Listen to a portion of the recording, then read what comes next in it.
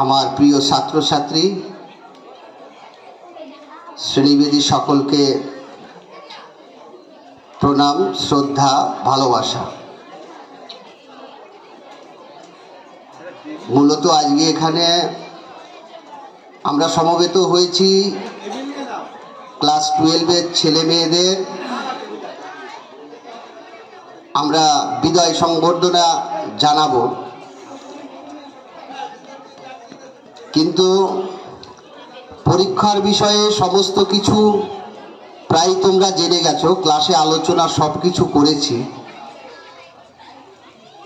তো পরীক্ষার বিষয়ে তেমন কিছু আর বলছি না। তো সাবজেক্টের আমার একটা জায়গায় শুধু বলার, সেটা হচ্ছে প্রবন্ধ রচনা। এই প্রবন্ধ রচনাটা কোনটা লিখলে পরে নম্বর ভালো পাওয়া যায়, কোন রচনাটা লিখলে সহজ হয়, যে রচনাগুলোতে পয়েন্টগুলো বেশি দেওয়া আছে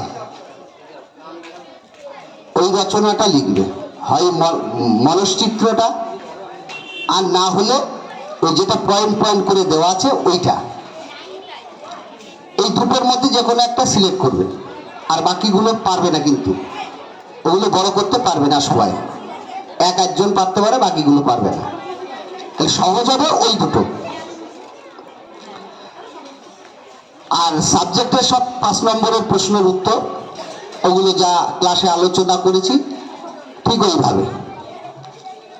এখন প্রশ্ন হলো, এই বিদায় বেলায় শিক্ষকতা করেছি, তোমাদের পড়িয়েছি, কাউকে কখনো গালমন্দ করেছি, হয়তো কাউকে মেরেওছি।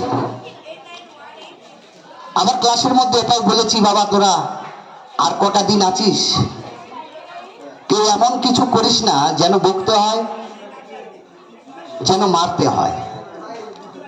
কারণ এরপরে তোরা আমাদের স্কুলের আর ছাত্র থাকবি না, তোদের সঙ্গে হয়তো কবে দেখা হবে কি কবে দেখা হবে না তার কোনো ঠিক নেই। তো এটার জন্য হয়তো কখনো বললাম, কখনো মেরেছি, কখনো বকেছি। ওই জন্য হয়তো অনেকের কাছে খারাপ হয়েছি, কেউ হয়তো একজন বলেছে না ভালো। তো সবার মন জয় করা যায় না। তাই কালিদাস রায়ের একটা কবিতায় আছে যে একটা মালাতে অনেক ফুল থাকে, সেই মালার প্রত্যেকটা ফুলকে মনে রাখা যায় না। টোটাল মালাটাকে মনে রাখা যায়, কিন্তু মালার মধ্যে কত ফুল আছে ওটাকে মনে রাখা যায় না। ঠিক তেমনি ভাবে তোমরাও যারা ছাত্রছাত্রী, সবাইকে সত্যি মনে রাখতে পারো না, কিন্তু ওই মালার মতো 2-1 যারা আছে তাদের হয়তো আমরা 10-20 বছর পরেও হয়তো চিনতে পারবো, কিন্তু সবাইকে চিনতে পারবো না, মনে রাখতে পারবো না। তো তোমাদের প্রত্যেকের কাছে আমার অনুরোধ, তোমরা আগামী দিনে শুধুমাত্র লেখাপড়াই নয়, সুশিক্ষায় শিক্ষিত হয়ে সমাজে মর্যাদার সঙ্গে মাথা উঁচু করে চলবে, দাঁড়াবে, বাঁচবে, এই অঙ্গীকার নিয়ে তোমরা চলবে। এবং আমি যদি কখনো আমার আচরণে তোমরা যদি কখনো কেউ ক্ষুব্ধ হয়ে থাকো, রাগান্বিত হও, আজকের থেকে আর রাগ করবে না। আমিও তোমাদের প্রতি আর কোনো রাগ আজকের থেকে রাখলাম না। তোমরা সবাই ভালো থাকবে, গুরুজনদের শ্রদ্ধা করবে,